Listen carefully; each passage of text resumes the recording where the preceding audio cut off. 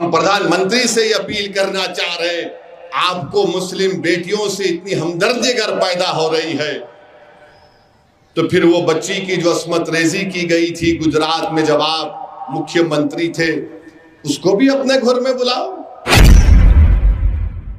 वक्फ की वैक्यू प्रॉपर्टी नहीं है, अब गवर्नमेंट के हाथ में आ गई। अब जो गवर्नमेंट के हाथ में आ गई तो कल गवर्नमेंट बोलेगी नहीं, यहां पर आप नमाज नहीं पढ़ सकते, ये गवर्नमेंट की प्रॉपर्टी है। और अगर तुम ये कह रहे हो तो जिसको हक नहीं मिल रहा उसको हिस्सा मिलना चाहिए, तो फिर तुम मुसलमानों के जो पसमानदा मुसलमान उनके रिजर्वेशन के खिलाफ क्यों हो? तो भारत की इंटेलिजेंस में सिर्फ एक मोहतरमा ऑफिसर है मुसलमान और कोई नहीं है, डालो उसमें। क्यों नहीं डालते उसमें आप?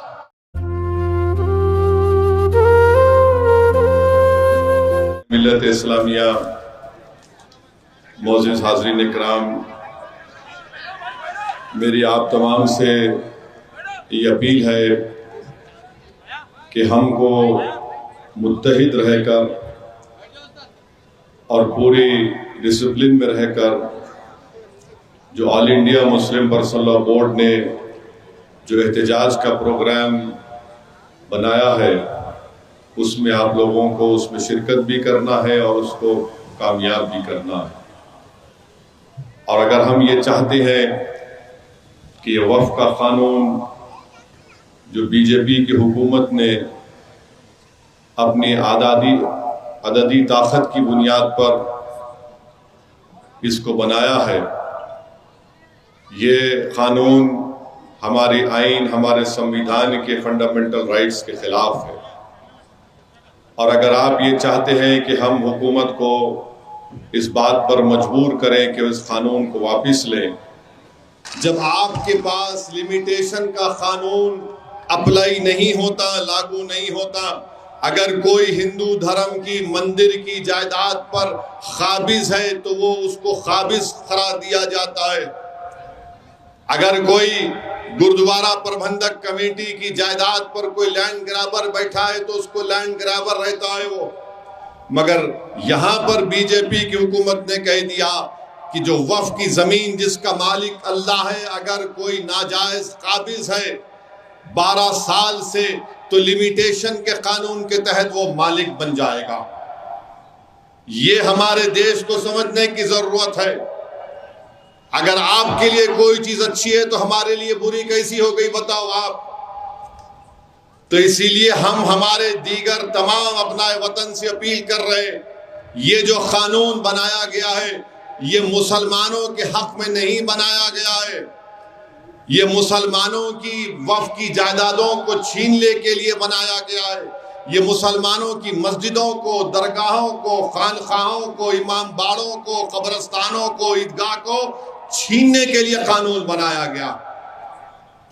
इससे वक्फ बोर्ड का कोई फायदा नहीं है। मोदी जी कहते हैं, बीजेपी कहती है कि वक्फ वाल औलाद उस वक्त तक नहीं होगा जब तक के अगर कोई बच्ची का हक उसमें नहीं मारा जा रहा है। हम प्रधानमंत्री से ही अपील करना चाह रहे हैं, आपको मुस्लिम बेटियों से इतनी हमदर्दी अगर पैदा हो रही है तो फिर वो बच्ची की जो अस्मत रेजी की गई थी गुजरात में जब आप मुख्यमंत्री थे, उसको भी अपने घर में बुलाओ, चाय पिलाओ और बोलो बेटी मैं तेरे साथ हूं। बिल्किस बानो से मोहब्बत नहीं, मगर वक्फ और औलाद में बच्चों का हक नहीं मारना चाहिए। ये कौन सा कानून है बताइए आप? हमारे हिंदू भाई जानते हैं कि उनके सेल्फ एक्वायर्ड प्रॉपर्टी में अगर किसी हिंदू भाई के 2 बेटियां हैं और 1 बेटा है, और वैसे एक मुसलमान की 2 बेटियां 1 बेटा है, तो हमारे हिंदू भाई की जो सेल्फ एक्वायर्ड प्रॉपर्टी है वो विल के जरिए अपने 2 बेटियों को छोड़कर अपने 1 बेटे को अपनी पूरी जायदाद दे सकता है। कानून इसकी इजाजत देता है।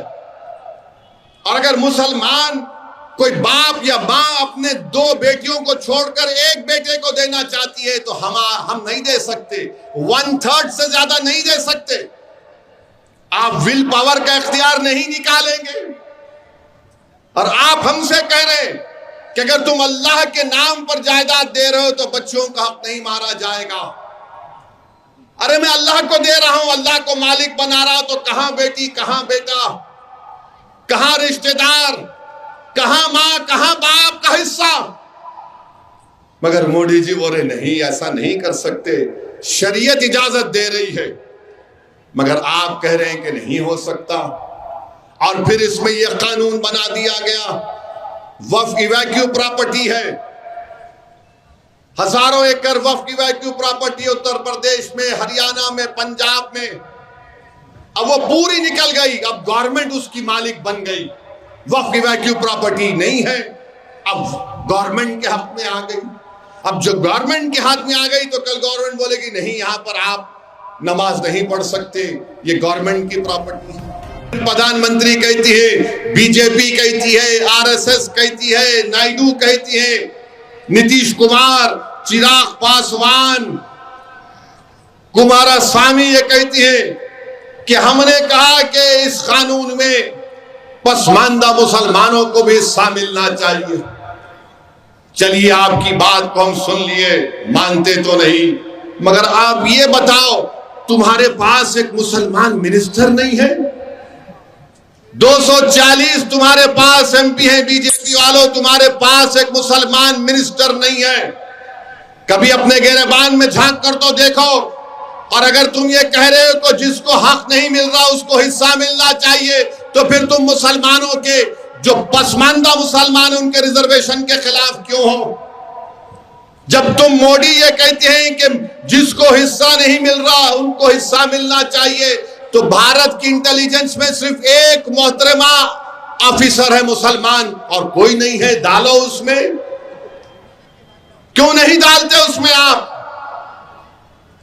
बताओ क्या पोजीशन है, आप नहीं बता पाएंगे।